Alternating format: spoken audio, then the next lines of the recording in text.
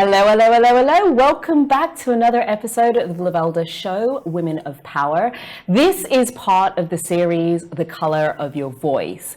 As we know, back earlier on this year, or recently, depending on when you're listening to this, we've clearly gone through a pandemic.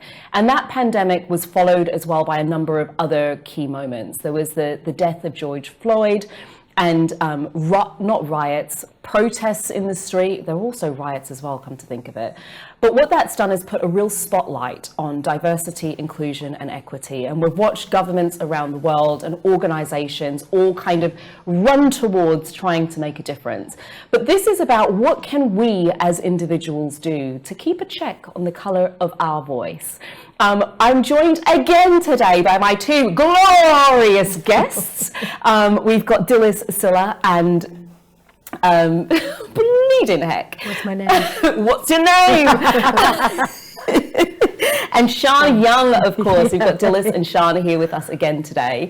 And today I really want to, we've had this series, we've covered a lot in a very short space of time so far. So we have already talked about stereotypes, what they are, how they work, where they work, what we can do about them. We went into detail about microaggressions and what they are and what the impacts are of them and how we can catch them and support making sure that they don't come through to their full fruition. But all of this is pinned on this idea that we have clarity of identity, right? So often when we're looking at conversations around diversity, equity, and inclusion, we're normally brought back to the conversation around race. Where are you from? But that's become so much more complicated over the years. You know, there was a time where, both people's parents were British, and that meant they were born here, they grew up here, they're in the same culture. And then globalization happened. And now we've got what they call third culture kids. Mums from one country, dads from another, kids growing up in a third country. So now we've got this mix of what do we mean even by ethnicity and identity, because we have culture, we have ethnicity, and then we have identity. And so today I really want to talk about what is identity, where does it land now, and some of those peculiarities that come up now. And I know, Sian, this will be something you've got lots to say on. You've already mentioned that you and your husband are from different backgrounds. Therefore, your daughter is a beautiful blend. A beautiful, glorious blend. But what kind of differences does that bring up? She's going to have a uniquely different experience from you and your husband, right? And as a mother, how does that change the way you parent, if it does at all? Well, for me, because I've lived a white experience, I've never thought about the conversations that I may need to have with my daughter because she's Afro hair and dark skinned, right? So I'm learning on that one because my daughter's only 2 from my husband. And so I know though, she's a warrior, so we are considering moving her to an island that is less racist than her experience in the UK, just because I think she'll be a fighter and we maybe want her to be a lover, not a fighter. So we kind of, that's where I'm at with my daughter. It's interesting when you say it's a different sort of conversation you didn't even know you had to have, which in and of itself shines a spotlight on why would there be a different sort of conversation. Hair is one thing. Dilys, y'all, we know. This in and of itself is what it's own I'm just going to be quick on this one, right? Yeah. But I have to say this to you ladies, respect. Because I now have a daughter with Afro hair. And yes, somewhere inside of me, there was this thought in my life that wouldn't that be so wonderful? Oh my goodness! It's work. It's work. It's work, and I hate it. I'm experiencing that, and I was thinking that today. I really pride myself in nourishing and conditioning it, but it's work. So respect for always looking on point. Yeah. Apparently you can, but that's a story for a whole nother day. I haven't tried it yet. Apparently you can, but it's a thing. But I suppose, we've got the conversations around hair, but that's very different to some of the other conversations that you're having to even think might be a thing that you have to have. And I think that in of itself says that, you know, where identities blend is where there's an opportunity for us to really acknowledge that there has been this disparity, even if we never thought it existed before. Now all of a sudden you're like, oh heck, I didn't realize I was going to have a conversation with my daughter about how she can speak or can't speak, or when she can speak up, or that she would be interpreted differently, that the playing field isn't quite so equal. So I suppose then I kind of want to go back and go, so where do these conversations of identity come from? Because I'm kind of thinking, like, if I was brought up with I've had it because I'm living in a different culture to the one that my parents are from, but that's very different to having two different cultural backgrounds that you're piecing together. That means that the world has already we talked about stereotypes, is looking at you and saying, this is who you are and which boxes you tick. Sure. But that snapshot is now not as true. I mean, it wasn't true anyway. The world is trying to give her identity. Yeah. The world is trying to tell people what their identity is from their own thoughts and constructs in their own head. And so giving someone like my daughter the space to own her own identity of both her parents, because she loves us both, you know, would be really nice if we can create a world where my daughter can grow up and just be my awesome daughter and discover who she is and have her own identity, basically. I mean, this goes back to social science, where there's a thing in social science. Obviously, identity is a huge part of it, and what we call marked and unmarked identities. So an unmarked identity would be maybe a middle-class white male, because there is no negative connotation associated with that image. A marked identity could be somebody like you and I, because there is a negative connotation. But society and how it's constructed is what determines your identity. That is why the world will class somebody who is mixed race as being black. End of. No negotiation, you're black.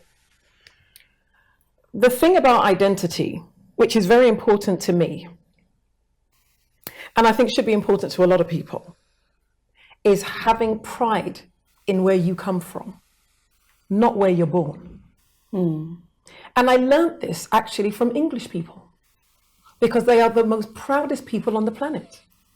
An Englishman can be born in the heart of the Amazon. And if you ask him where he's from, he said, I'm an Englishman. And it's said with pride. But for some reason, people of colour aren't of the same mindset. Oh, but I'm British, but I was born here. I have as much right to be here as you do. That's true, because our passport says so. But theory and practice are two different things. In theory, yes. In practice, no. And I think for the two previous conversations that we've had, is really showing you what happens in theory and what happens in practice. And in practice, what happens is the constant reminder that you are different. But difference doesn't have to be bad. I was born in Ilford. I'm what you would class as an Essex girl. But if you ask me where I'm from, I would tell you without hesitation that I'm Ghanaian. Passionately. You will never hear me say I am British. Does that mean I don't respect Britain or British people? No, it doesn't. It means I have taken the time, and this is the key word here, the responsibility to find out where I come from and who I am. Because within doing that is where I am able to see that it is not where my location that determines who I am, but it's what runs through my veins. How many white people suffer from diabetes that predominantly affects people of colour? You don't tell your doctor, but I can't be suffering from that because I was born in Ilford. He's going to look at where you are from and determine what is your likely, what's the likelihood of you suffering certain things. So where you're from is more than where you're born. I'm Christian. Now, for those of you that, know the story of the Israelites, they were third generation born in Egypt, But the one thing they never referred to themselves as were Egyptians. When you look at what happened politically with the Samima Begum case, if Samima Begum was called Sally Johnson, guaranteed there would have been no conversation about identity and where she belongs. And that's when I hope that people of colour would get a cue and take stock of what that meant. You see, people were foolish enough to think, oh, it's because she's a threat to national security. No, you are being sent a message that you are as British as you are allowed to be. When Windrush happened, so for me, it's, when I look at my heritage, any black person should have heard of Yaa Asantewaa. She fought the British. She is my father's great aunt. She is my great aunt.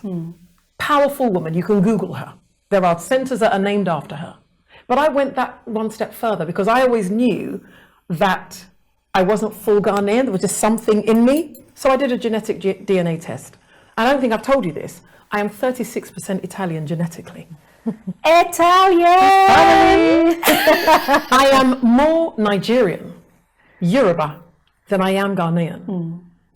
That is how important identity and where I come from, that's how important it is for me. Some of you racists out there, you may be even more Ghanaian than I am. This is just a shell. It doesn't mean anything. All it is a casing. You don't really know what runs through your veins until you find out.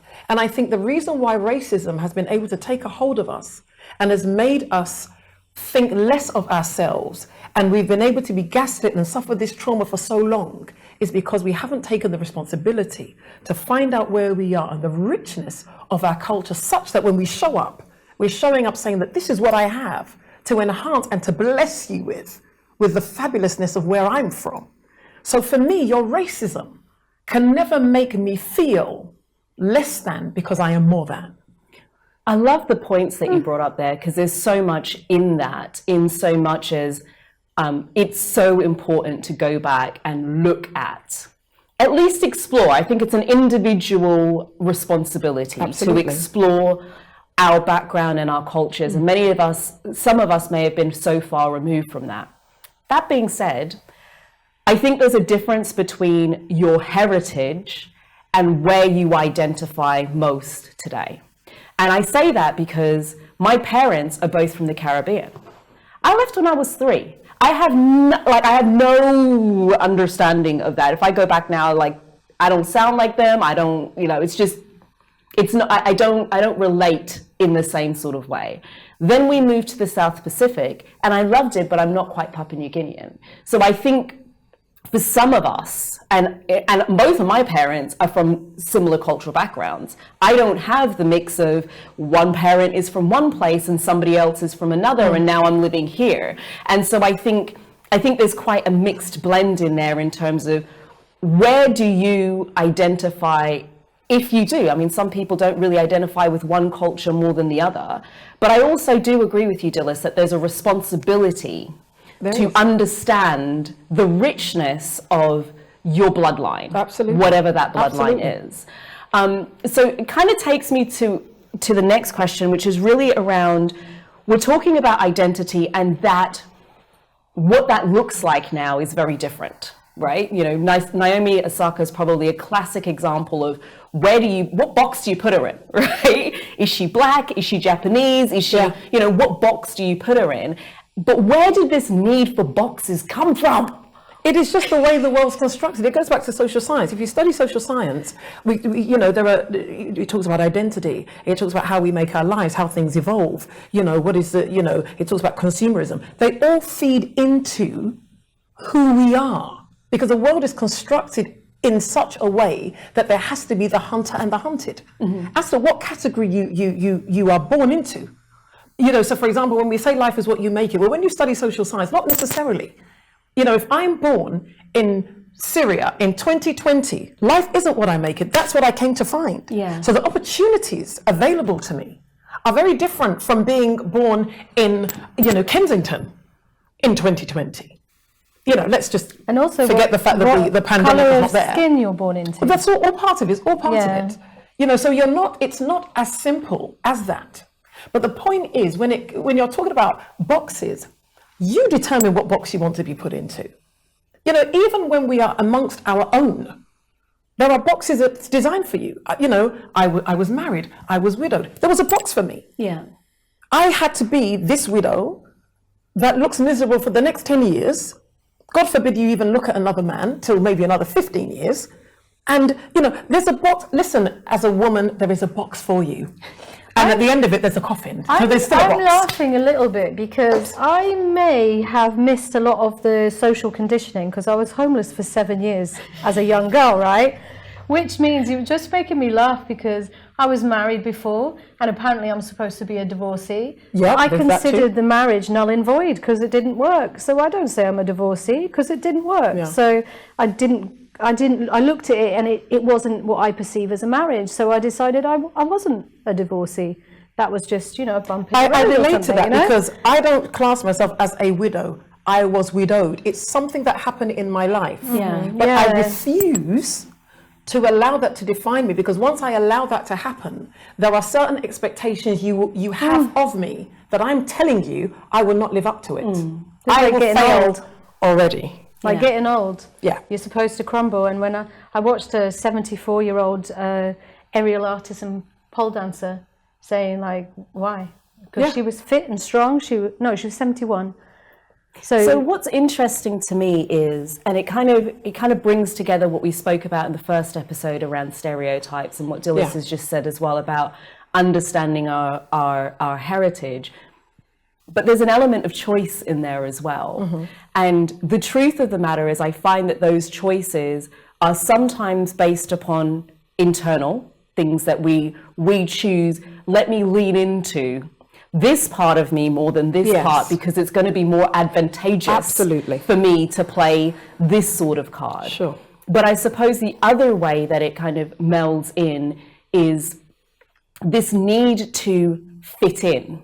Mm-hmm. And what we see a lot, particularly, I'll give you a true story for me, particularly with Black women around hair, for example, we started there. And what's going to be acceptable, what's professional and what's okay. And sometimes, as much as we can sit and look at what's happening externally that has us behave in a certain way or feel victimized in one way or the other, there's also the things that happen internally in which we play into it. And so for me, one of those things was, and I clocked it for myself during lockdown, y'all. I share this story a lot. I clocked it during lockdown. I say that COVID caused me to go back to my natural hair because I wasn't about to go there. And if you asked me, I wasn't ashamed of my natural hair. It just was easier to not have it natural. That's the story I told me. But when I clocked, hold on a minute, I have been playing into an ongoing conversation about what is acceptable for me to show up is any of y'all who've got kinky hair, coily hair, y'all know that when you're relaxed hair and then it starts growing, there's a bit in the middle and it's just tufty and it's annoying. I couldn't do this. I'm on camera all the time. I couldn't do this over lockdowns. So I put in braids. And one of my speaking agents called me to book me for a gig. And I remember this thought.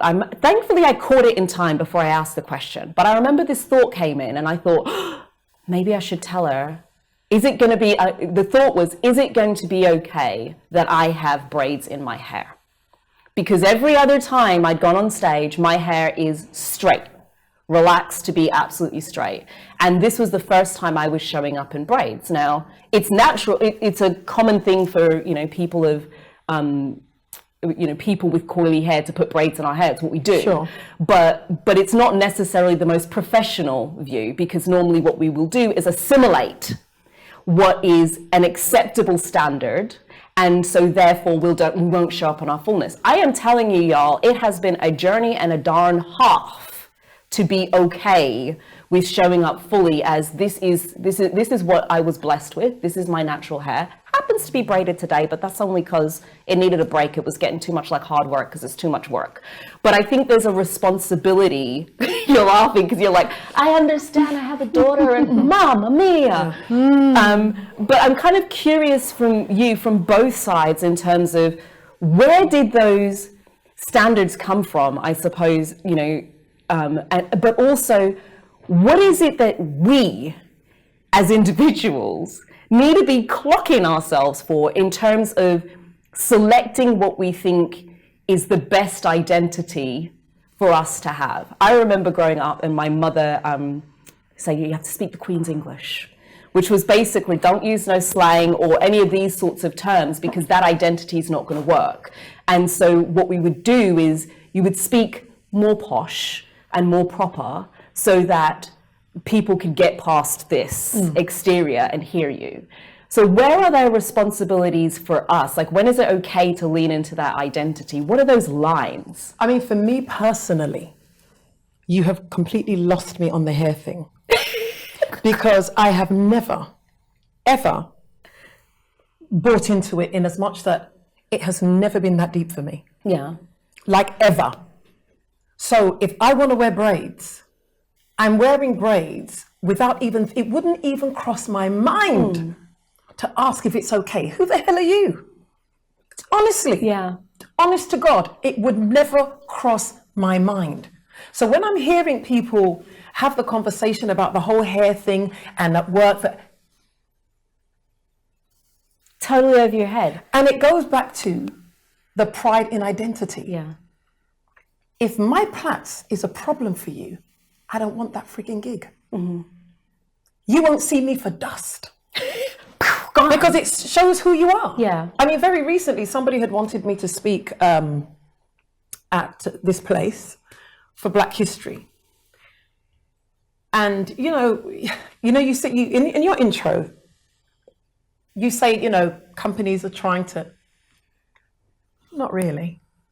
It's a tick box. And I'll tell you why. So Black History Month, we're in the month of October. I don't know when this is going to air. And, I'm being asked to come in as a speaker, and their budget, well, they don't have a budget really. And my response is, if they're really, really serious about Black issues and diversity, how on earth, I'm also a TEDx speaker, how on earth would you expect to pay me this sum of money to come and educate you, which would be, I can assure you, life-changing. You wouldn't forget me in a hurry. And if you don't forget me, you'd remember what I said to you. Do you understand? Let's keep it real here. So the pride I take in myself as a woman, as a Black woman, as a Christian woman, nobody on this earth, yet born of a woman, has the power to change who I am. So if you don't like my braids, if you don't like my hair, in fact, it was my hair that got me to do the genetic DNA test, because the way my hair is textured, I always felt, I actually thought that I may have been, have some Egyptian blood in me or something. Turns out it's Italian. I'll say my Ghanaian accent, one of you people, one of the husband's people, but nobody gets to tell me who I am. It's not a privilege that I will afford you. You're going to have to just walk on by. It's not a grace that I will allow you to have.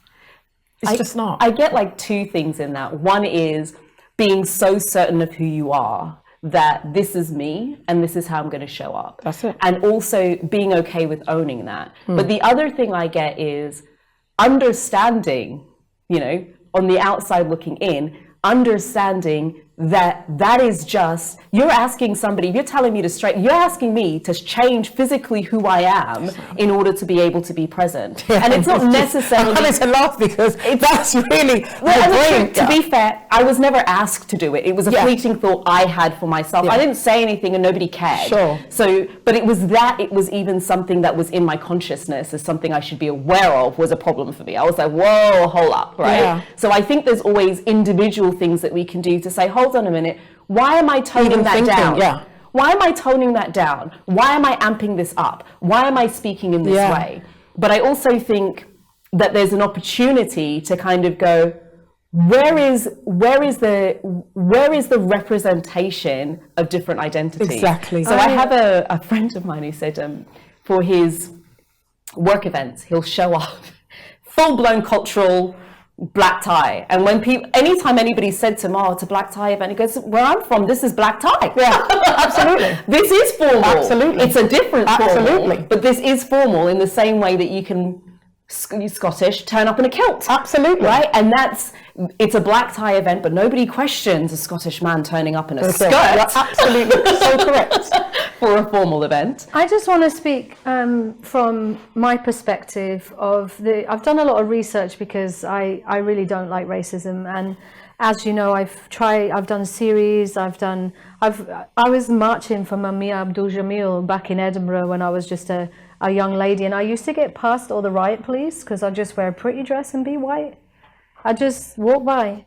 So, the identity for me, when I'm looking at me, and this is like, my body even shows like how I feel, because I look back into my history and where am I going to put my roots?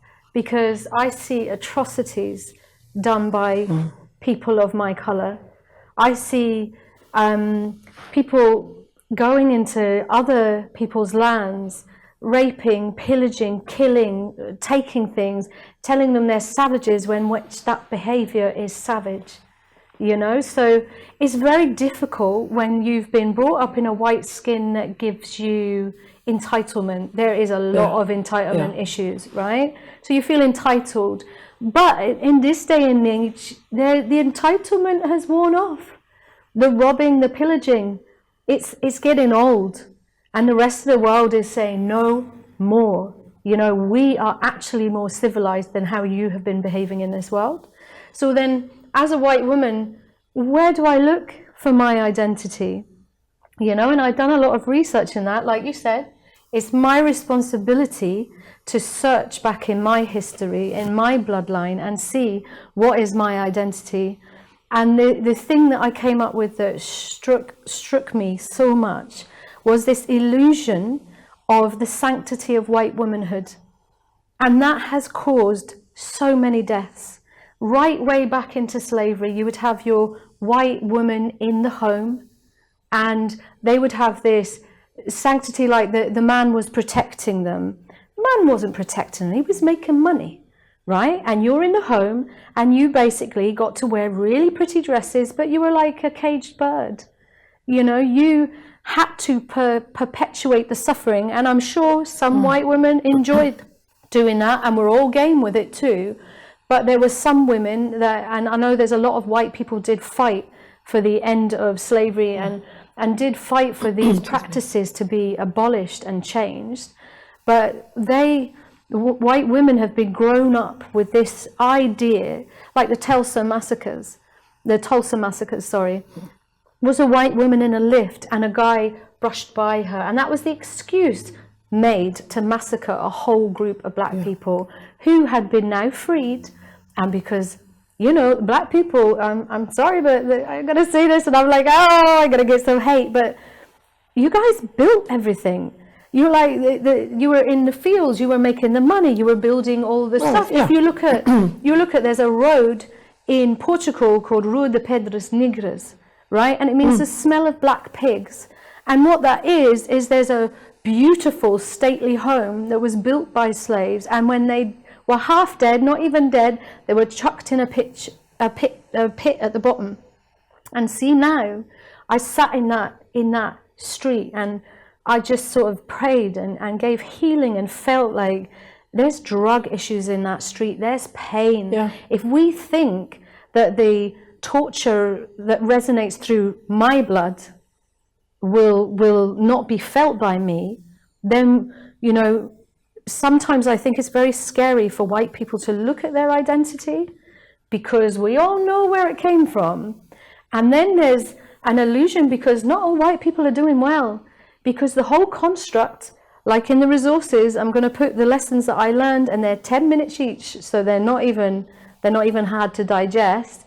But the whole construct is divide and conquer, because before slavery, there was black people we were all just living our life, being in commerce, doing our thing, businesses. And then the idea by the British Empire to divide and conquer meant that kind of identity of a white woman suddenly become up here. And when you see these women who are suddenly drop to the floor when they see a black person, oh my God, I'm in so much danger, right? That is when you lean into that white sanctity of white womanhood. I'm a white woman, you must save me first. Yeah, that's leaning. Now, we as white women can't lean in there because we know what it's like to live as women, as we've discussed in this series. Black or white, if you're a woman, you know your game's down here in the hierarchy of things, right? And so for us to be here, white men, white women, black women, for us to be here and being nasty to the people who are still around here, that's just crazy, because the amount of resources we're wasting, we could be making mad bank if we stop fighting with each other, you know? So that's what I want to put out about my identity. I've decided that my identity is one of integrity, and I want to wash my bloodline with doing what I can to make amends. And I'm emotional at this because, like I said, I see it through the blood of my children. And that's what I can do. Oh, I didn't know I'd get emotional. But it's an emotional topic. And, you know, it's like when we spoke in the other episode, when I just casually said, you know, just imagine, you know, somebody brushes past you and it's a sexual assault and it's a phone. And then I remembered, actually, this did actually happen. Yeah. You know, and it is painful. You know, it's painful to observe, it's painful to experience. And it's painful to know that your bloodline has caused so much suffering. And the microaggressions we talked about in the last episode, the little bits that kept happening over centuries and centuries, making a sanctity of white women, like I'm better because the color of my skin, that's not true. Like, we are all humans, and humanity. But that's what we have to reign above it, appeal to the above humanity. Everything. Mm-hmm. I think what I'm really hearing here, talking about identity, is, I think it's a powerful conversation to have, and there's so many layers to it that there's no way we can get through everything. Mm-hmm. But if there's one thing that's really shining through in this conversation, it's a personal responsibility on an individual basis. Sure. To have a look at, where did this come from? Where do I come from? Is this true? Am I perpetuating something that my ancestors did? Am I absorbing something that's not helpful? Because I don't think it's the nature of this conversation is, like I said, with different races, it's going to be a different experience. And this wasn't about looking at black and white. It was about looking at the ways in which we interpret the world, which is not helpful. The color of our voice. The color of our voices. Yeah. And I think individually, culturally, we will have picked things up from our parents and grandparents, which are not helpful. Absolutely. And that either perpetuates the gap, and it doesn't matter what skin you're in, we've each got a responsibility. You know, as a black woman, I can say my journey was around my hair. To kind of go, where did this come from? Why am I continuing to perpetuate this idea that my natural tresses are not acceptable? And that's my choice and my responsibility, because if I keep showing up, concealing who I am, then it doesn't allow space for others to show up, right? Correct. And at the same time, I think if you've come from a background in which, let's say, you know, as you have, Sean, where you're in a different privileged sort of position, how did that come about? What was the background that has meant that because of your skin tone, there's a different experience? And I think if we can understand where we've come from, where we perpetuate, what we can do differently, and just make a couple of slightly different choices, regardless of whether you're black, pink, green, orange, yellow, don't care. But I feel like we can all do something.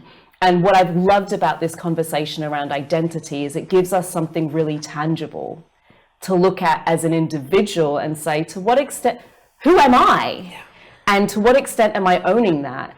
And to what extent am I enabling others to own their identity? And how can you build your identity going forward?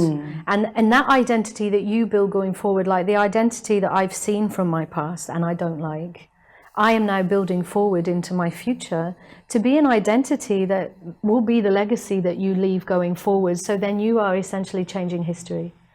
And that's what it's all about here. Dilys and Sean, thank you both so much for joining for this series. It's been absolutely incredible.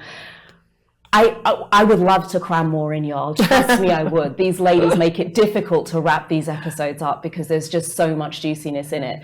Here's my request of you. If you haven't watched the full series, please watch all 3 episodes in this series, and there may well be more to come. If something in this has really resonated for you, then let us know. Drop it in the comments below. Furthermore, if you love this, share it. Because if we just are having these little conversations and little micro bubbles, nothing changes. Thank you so much for watching wherever you are in the world. You've been watching The Lovelda Show, Women of Power, and this has been the Color of Your Voice series. Until next time, folks, ciao, enjoy.